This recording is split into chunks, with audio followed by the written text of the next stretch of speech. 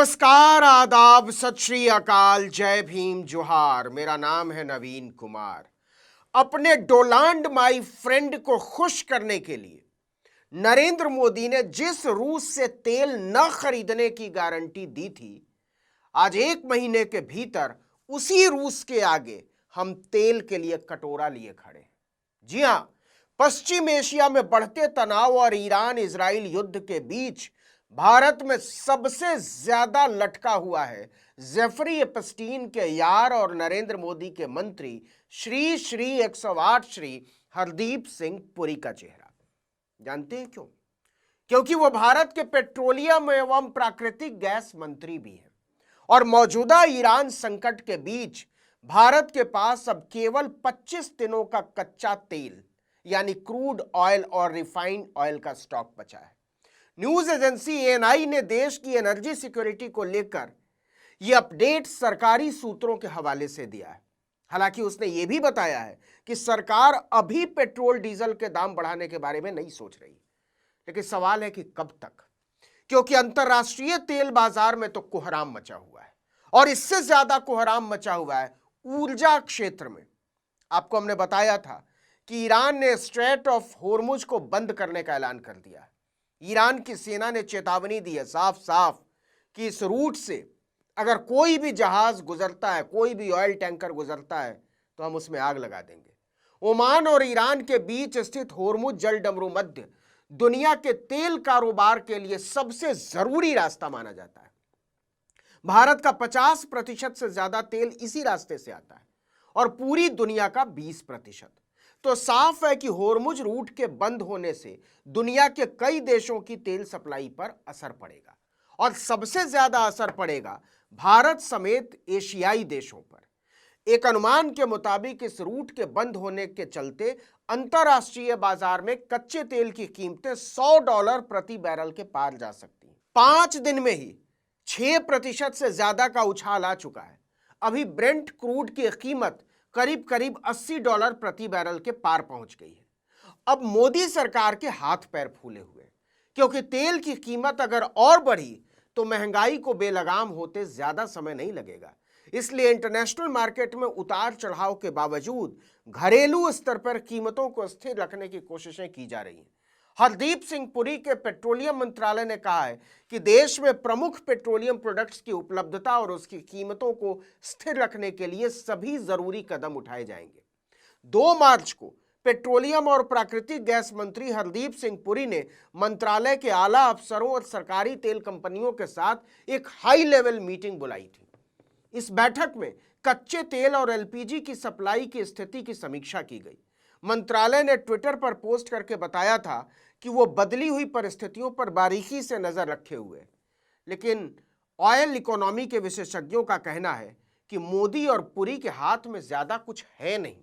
अगर Iran, America, Israel, अरब की जंग लंबी खिंच गई तो तेल की कीमतें उनके हाथ से बाहर निकलने से कोई रोक नहीं पाएगा।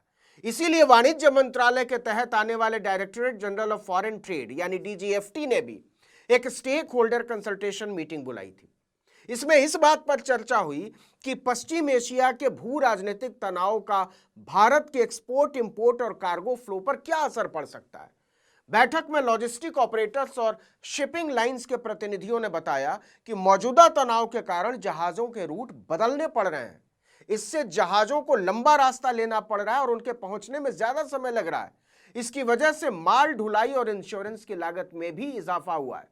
इसलिए सरकार ने एक्सपोर्टर्स और इंपोर्टर्स से कहा है कि इसको कुछ कम करने के लिए हम डॉक्यूमेंटेशन और पेमेंट प्रोसेस को आसान बनाने पर काम कर रहे हैं। हालांकि सच्चाई यह है कि इससे कोई बड़ा प्रभावी फायदा होने वाला नहीं है। आपको बता दें कि भारत अपने कच्चे तेल की जरूरतों का लगभग 85% आयात करता है। इसका एक बड़ा हिस्सा पश्चिम एशियाई और अरब देशों से आता है, यानी ईरान, सऊदी अरब और कतर जैसे देशों से।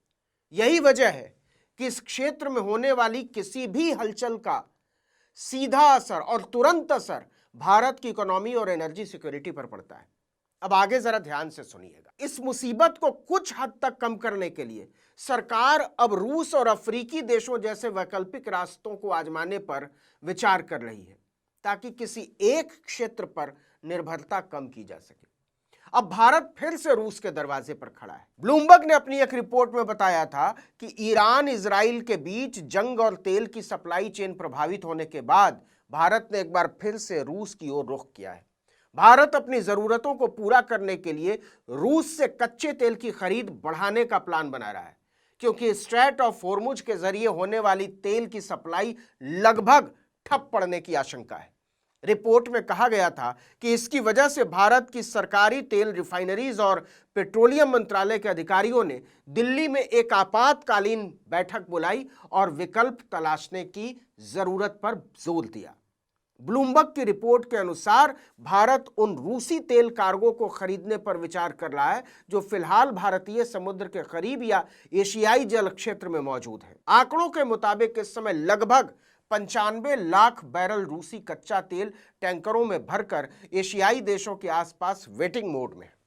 सप्लाई में कमी आने की स्थिति में भारत इन टैंकरों को तुरंत हासिल कर सकता है, जिससे ट्रांसपोर्टेशन का समय और लागत दोनों कम हो सकती है।